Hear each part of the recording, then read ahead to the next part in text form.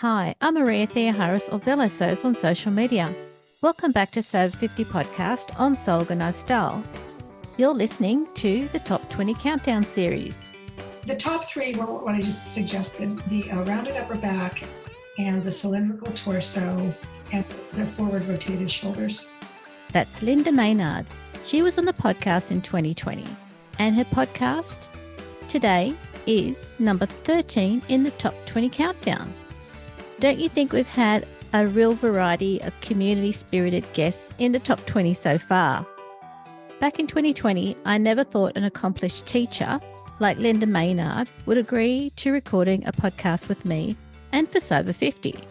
She was so obliging, and there is a link on her website on her About page to the original recording, which is really lovely. As Jen Hogg said earlier, Lynda is one of the many sewing heroes we've seen in Threads magazine, so I was really chuffed when Lynda could be on the podcast. Lynda Maynard is an author and a teacher who is passionate about inspiring others. Lynda is a master teacher and has many years' experience teaching couture sewing techniques, pattern drafting, clothing construction and fitting. In this episode with Lynda, she was really helpful in discussing how to fit clothes and what are the common fit issues. Our bodies do change over time, and Lynda shares her fitting experience with us. Having access to experienced educators like Lynda makes our sewing experience much more satisfying. Lynda, thank you for your support on the podcast and for helping sewists in the Sew 50 community. Here we go. Grab a cup, everyone. Thanks for coming back to Sew Organised Style podcast. Today's Thursday, so it's Sew 50 Thursday. Today's guest is very well known, and she's agreed to focus on the topic of fitting for a changing body. So let's welcome, I'm really excited, let's welcome Lynda Maynard to Sew 50 Thursday. Hi, Lynda. Hi, I'm happy to be here. I'm so glad you've given us your time today. Well, I'm glad you asked.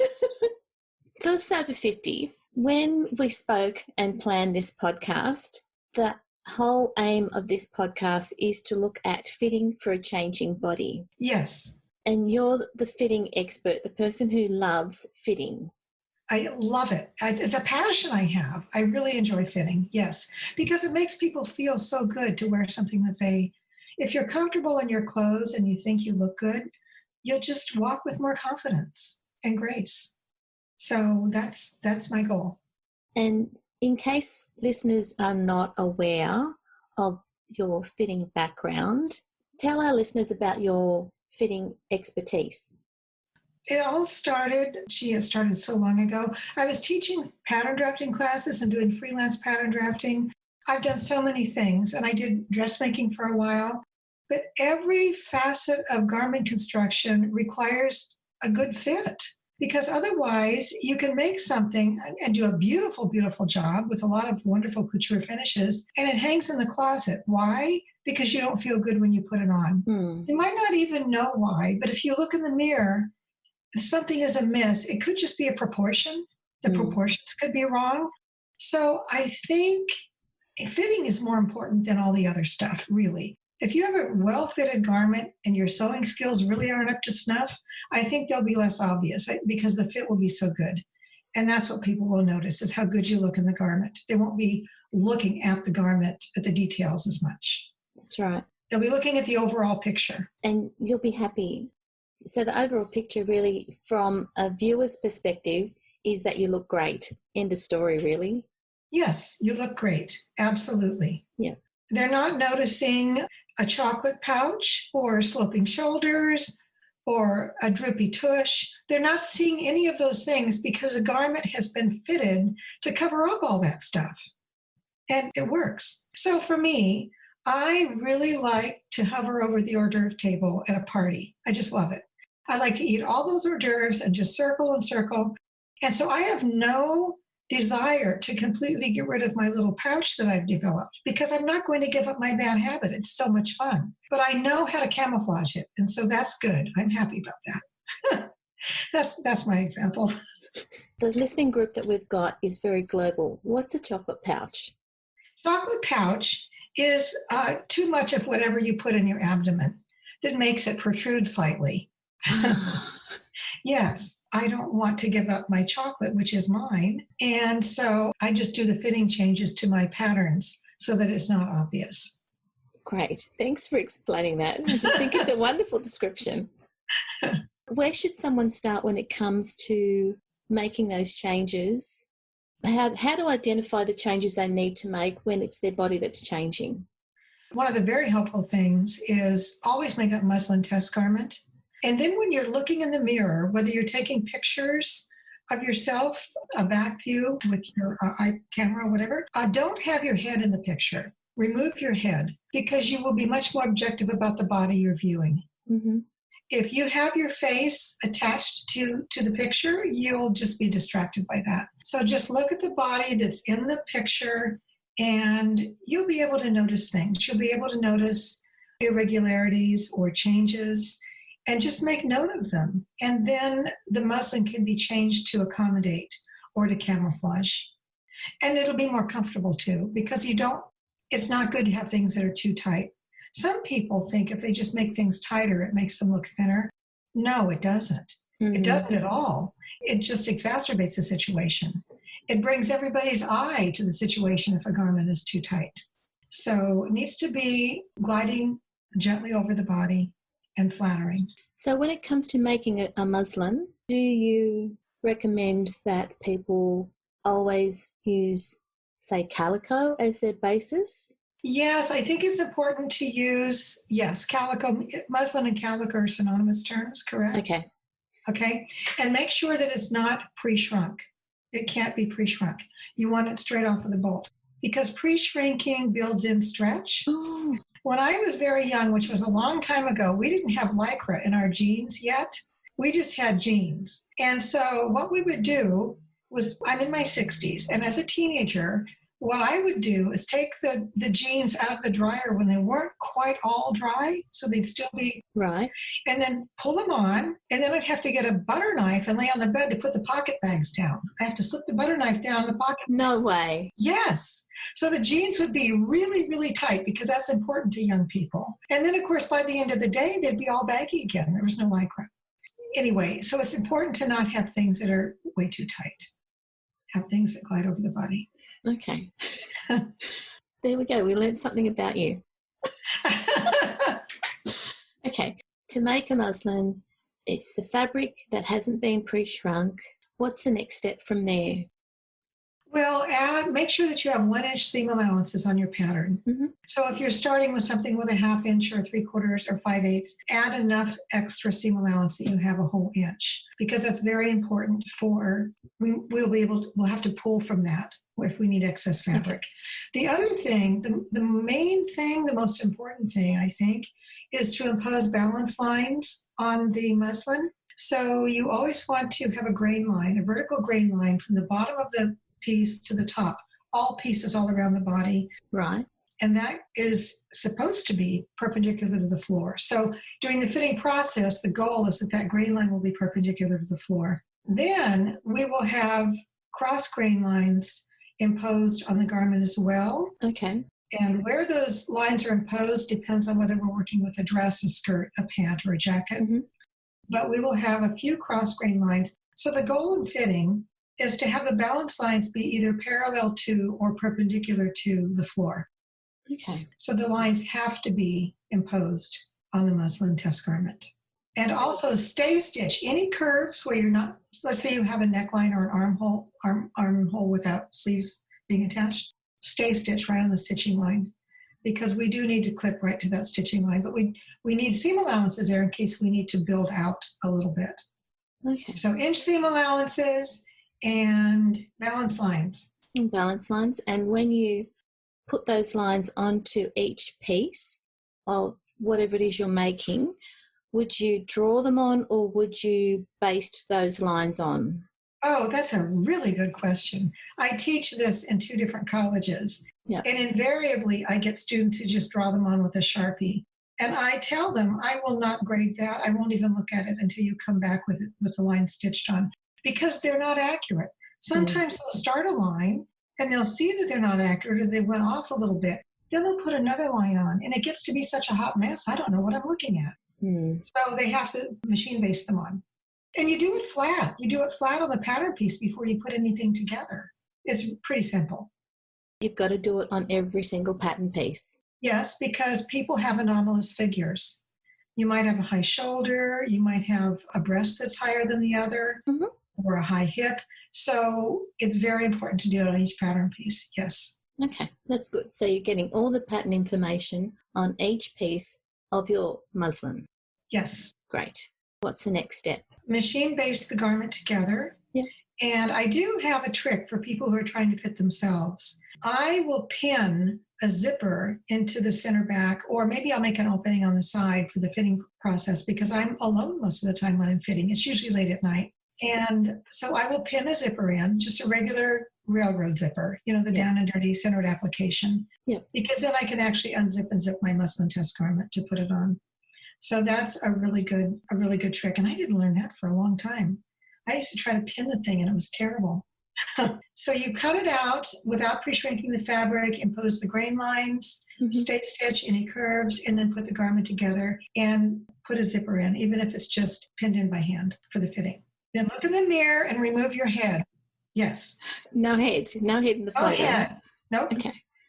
Otherwise, you'll be distracted by whether you're smiling or not, and that's not the point. Well, when you really are looking at your body and you can detach from it, it's rather unsettling. It really is. Have you ever seen a picture of yourself? It was a candid shot and you didn't realize you were in the picture, and you notice things about your physical appearance that you didn't think were there? Yeah. Well, that's the same type of thing. And so I prefer that those candid shots be more pleasant rather than less pleasant. That's right, because they're memories that you keep forever. That's right. So then the next step would be with those photos that you take with your phone. What would you do? Would you mark up, or would you do a list of where things do or don't fit well? Oh, no. No? If I needed to remove excess fabric, I would try to pin it out. If it's a place where I actually couldn't get there, I would do a pretty reasonable guess, then take the garment off and put the pins in and put it back on. But more often than not, it's a situation where the garment has to be slashed and spread. So let's say you need a large bust adjustment and you've got drag lines that are emanating from the side seam up to the apex. Diagonal pulls, okay? Let's say you have from the waist diagonally up to the apex. That means you have a larger bust than the pattern was wanted to accommodate. So then what I would do is I would have a balance line about 2 inches above the apex that's on the cross grain. I would cut horizontally 1/4 of an inch above that balance line and allow the garment to lower enough so that the balance lines were then perpendicular to the parallel to the floor. Then I would have a space. I would have a space up there. I would pin in extra fabric. Then I would take it off, of course, and do a better job of pinning and put it back on. Then I would go to the pattern and adjust the pattern. And when I've done enough of those adjustments, then I would make a new muslin. I won't wear a garment if I don't feel good in it. I just won't. And maybe because I teach fitting, I'm more aware of fit. And I can't go into the classroom with something that doesn't fit well. That's terrible. My students would all leave and say, you don't know what you're doing. Exactly. I want my money back. So a lot of it is cutting and slashing. And removing is easier, pinning out is easier, but cutting and slashing. Now, I'll tell you the one thing that's more difficult. A lot of the times the upper back becomes rounded.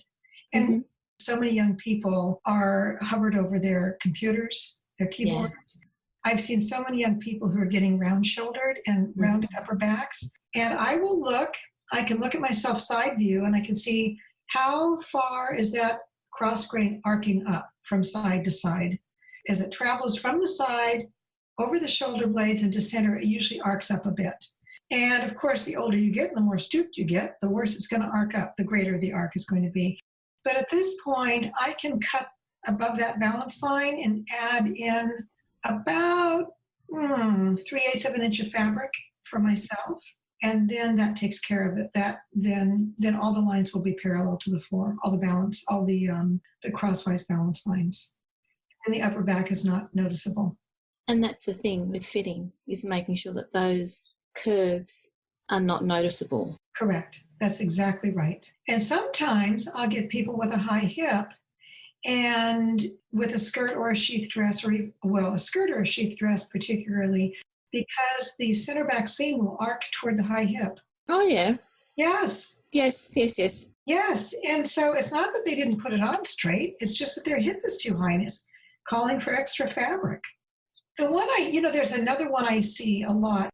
And as we get older, our knees are no longer very attractive. That part of our body isn't attractive. And we get inner knee pads. Also, a lot of the times we have extra flesh in the insides of our thighs. But even if we don't have that, we have inner knee pads, and that can wreak havoc with a pant fit. So imagine somebody with inner knee pads. The grade line can be going, starting at the crotch level, can be going down fairly perpendicular to the floor, but then it'll start arcing in at the knee. Right. And then possibly go back out because the knee is needing extra length that it's not getting because of the rounded fleshy bits that are in there. So that's another one that I notice on the body. I would have to say rounded upper back, lower breasts. We also get more hollow at the upper part of our arms and shoulder area. And the flesh on our arms is softer and starts lower. That's another one I noticed. But also the inner knee pads are very, very noticeable. And our pouch, whether it's chocolate or tortilla chips or whatever it is, we have that little pouch going on. And all of those things can be dealt with. They all can. So we're talking about making adjustments on patterns for a changing body. And I think from what you've said, the key thing is that when you put the balance lines for the grain and the cross grain, and you're looking at the muslin, when those lines are not in alignment, that's where you should be looking at making that adjustment. Correct. Absolutely. Okay. And the other thing is I don't like to cut right on the line. Students ask me that often. I cut about 1/4 of an inch above or below or next to so that I still have the line as my frame of reference. Okay. That's a good point. It would be above or below or side to side so that the line is still there. So then are there any other things that we should be doing on that muslin on the first go?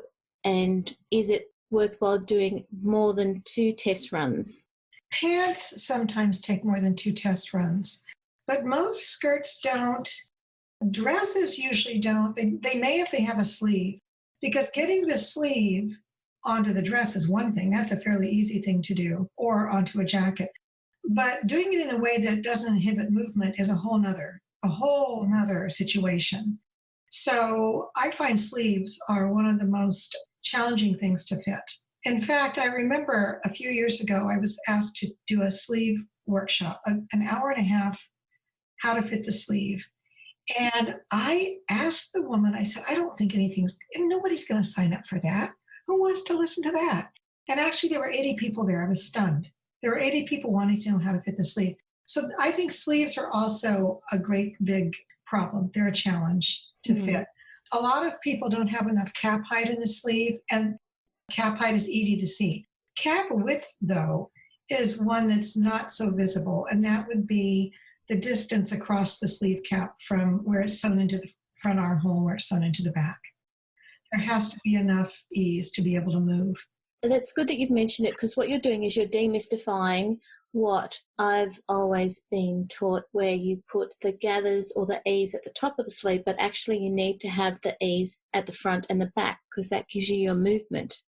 You do have to have the ease, but you also have to have enough width so that you can comfortably move your arm without lifting the whole garment up. I've met people who have jackets and they don't close them because when they move their arm up, the whole jacket flies off to the side because they don't have, the sleeve is inhibiting the movement and the jacket can't stay tidy.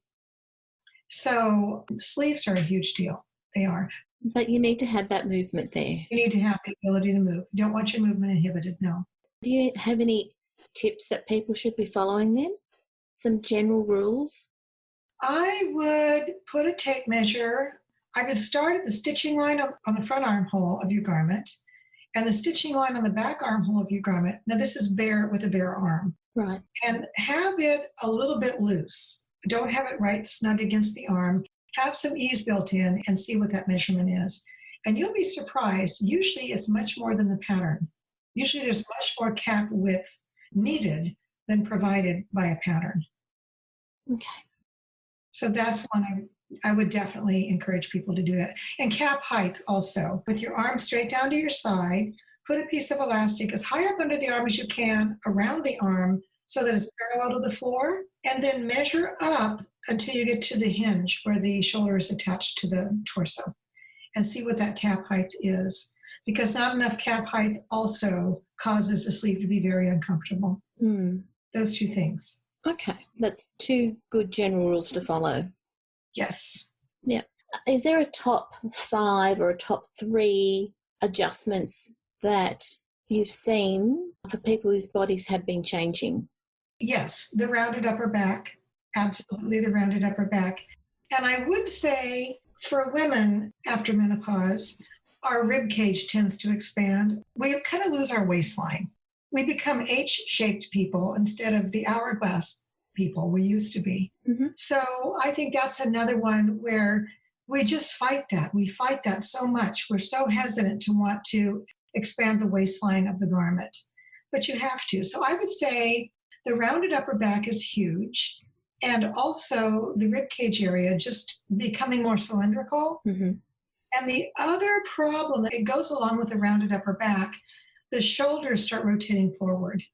That is another huge fitting challenge, having the shoulders rotated forward. So I would say those 3 things are, a lot of fitting is postural. It's poor posture. And most of us, I saw you sit up straighter. I did too. But anyway, and if you look at older people, a lot of them, you can see them, they're kind of leaning forward while they're walking. And you can fit that posture, but it's kind of not a good idea because it only encourages the posture to remain bad. But anyway, the top 3 were what I just suggested, the rounded upper back and the cylindrical torso and the forward rotated shoulders. Yes. And another one, we get kind of we get a bony neck, protruding neck bones. We get that. And that's another one that's a little bit tricky.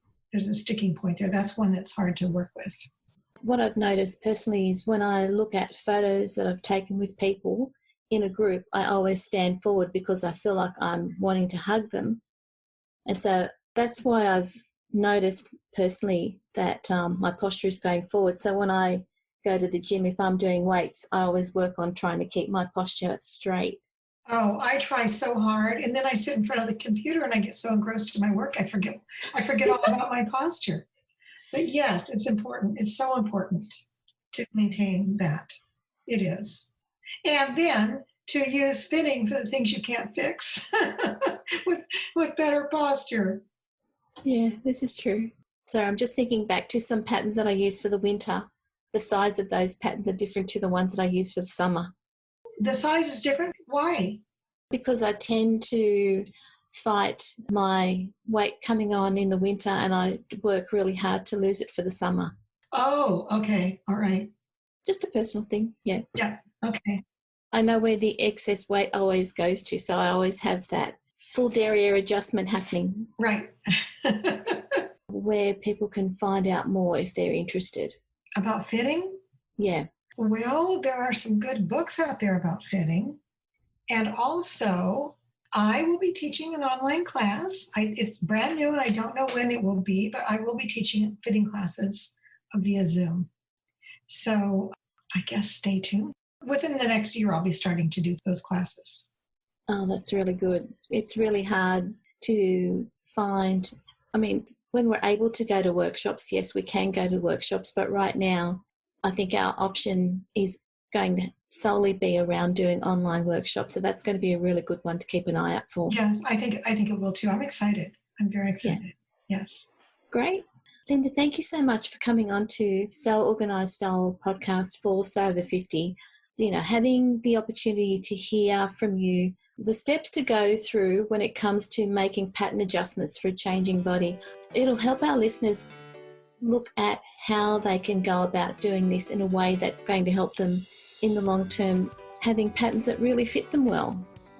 And then they'll make those patterns over and over and over. There'll be those tried and tested ones that will always work. Yes, yes. And I've really enjoyed being with you today. I've really enjoyed it. Anytime I can talk about fit, I'm happy.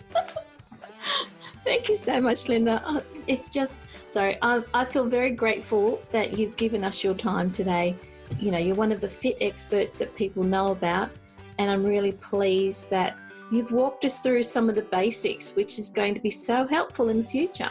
Well, I hope everybody follows it. I really do hope a few people follow that and end up with something they're very happy with. Yes. This episode of Sober 50 podcast on Sew Organised Style was produced by me, Maria Theoharis, with permission of Lynda, sound by bensound.com. Many thanks for the ongoing support of the podcast Patreon contributors. On patreon.com/Sew Organised Style, you can support this podcast every month for the cost of a coffee. Their ongoing support enables me to develop this podcast for free. You can subscribe to Sew Organised Style podcast, but with an S, not a Z, on all good podcast apps. Make sure you go back and listen to our free Sober 50 podcast archive on Sew Organised Style podcast. If you would like to contribute to the many ongoing posts and challenges the team promotes on the Sober 50 account on Instagram, direct message Sandy and the editorial team. The Sober 50 community has over 50,000 followers. We look forward to joining you in your sewing room next time. Stay safe, everyone.